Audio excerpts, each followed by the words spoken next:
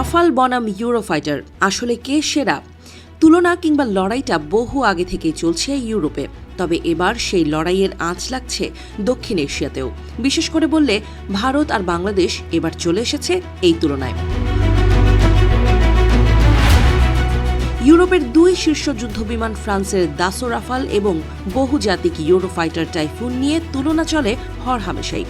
বাহ্যিকভাবে দুটো বিমানই যেন যমজ, দুটোরই সামনে ক্যানার্ড ডুয়াল ইঞ্জিন, আর দুটোই উচ্চ থ্রাস্ট টু ওয়েট রেশিওর কারণে অসাধারণ গতি তুলতে সক্ষম।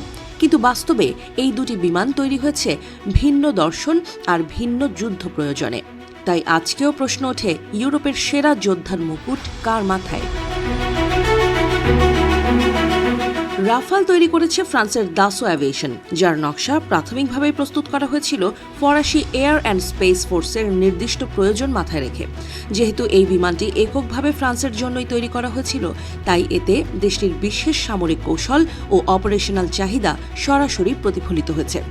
রাফালের একটি বিশেষ উল্লেখযোগ্য সংস্করণ হল রাফাল এম, যা ফরাসি নৌবাহিনীর বিমানবাহী রণতরী থেকে ওঠানামার উপযোগী করে শক্তিশালীকরণ করা হয়েছে। আরও উল্লেখযোগ্য বিষয় হল, এই রাফাল এম বিশ্বের একমাত্র বিদেশি যুদ্ধবিমান যা মার্কিন যুক্তরাষ্ট্রের নৌবাহিনীর এয়ারক্রাফট ক্যারিয়ার থেকেও পরিচালনার অনুমোদন পেয়েছে।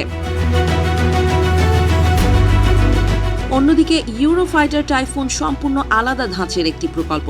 এটি একক দেশের নয়, বরং ইটালি, জার্মানি, স্পেন ও যুক্তরাজ্যের যৌথ উদ্যোগ।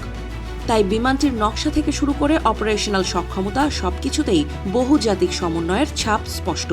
বিভিন্ন দেশের প্রয়োজন মেটাতে গিয়ে টাইফুন এক ধরনের বহুমুখী যুদ্ধবিমান হিসেবে গড়ে উঠেছে।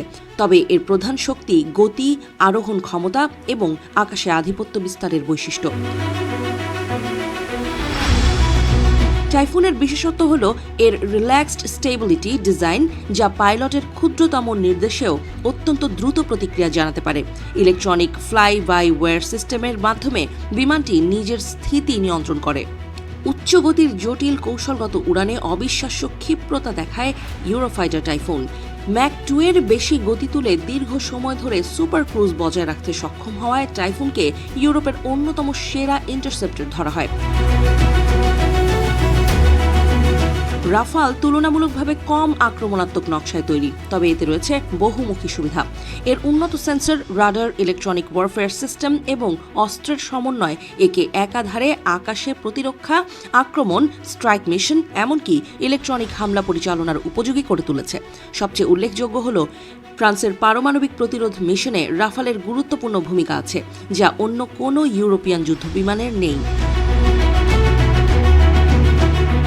সাম্প্রতিক ভূ রাজনৈতিক পরিস্থিতিতে ফ্রান্স রাফালের ওপর আরও গুরুত্ব দিচ্ছে।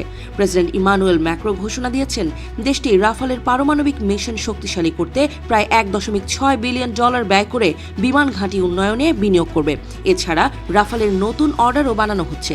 অন্যদিকে ইতালি সম্প্রতি নতুন ব্যাচের 24টি ইউরোফাইটার অর্ডার করেছে, আর স্পেন যোগ করেছে আরও 25টি। ইউরোপ জুড়ে সামরিক আধুনিকায়ন এবং নেটো নির্ভরতা নিয়ে অনিশ্চয়তার মাঝে নিজেদের প্রতিরক্ষা সক্ষমতা বাড়াতে দেশগুলো আগের চেয়ে বেশি গুরুত্ব দিচ্ছে। সবশেষে রাফাল এবং টাইফুন উভয়ই অত্যন্ত সক্ষম যুদ্ধবিমান হলেও এগুলো 1990-এর দশকের প্রযুক্তি ও প্রয়োজন বিবেচনা করে তৈরি। আজকের দুনিয়ায় যখন আধুনিক আকাশযুদ্ধে টিকে থাকতে লো অবজারভেবিলিটি বা স্টেলথ, নেটওয়ার্ক সেন্ট্রিক অপারেশন এবং উন্নত সেন্সর ফিউশনের গুরুত্ব সবচেয়ে বেশি, তখন নতুন প্রজন্মের স্টেলথ ফাইটারগুলোই ভবিষ্যতের যুদ্ধক্ষেত্র নির্ধারণ করবে। রাফাল ও টাইফুনের উন্নয়ন চললেও প্রযুক্তিগত বিবর্তন বলে দিচ্ছে এদের যুগ ধীরে ধীরে শেষের পথে। তাই ইউরোপের শ্রেষ্ঠ যোদ্ধা কে, এই প্রশ্নের উত্তর যতটা না রাফাল বা টাইফুন, তার চেয়েও বেশি সময়ের কাছে।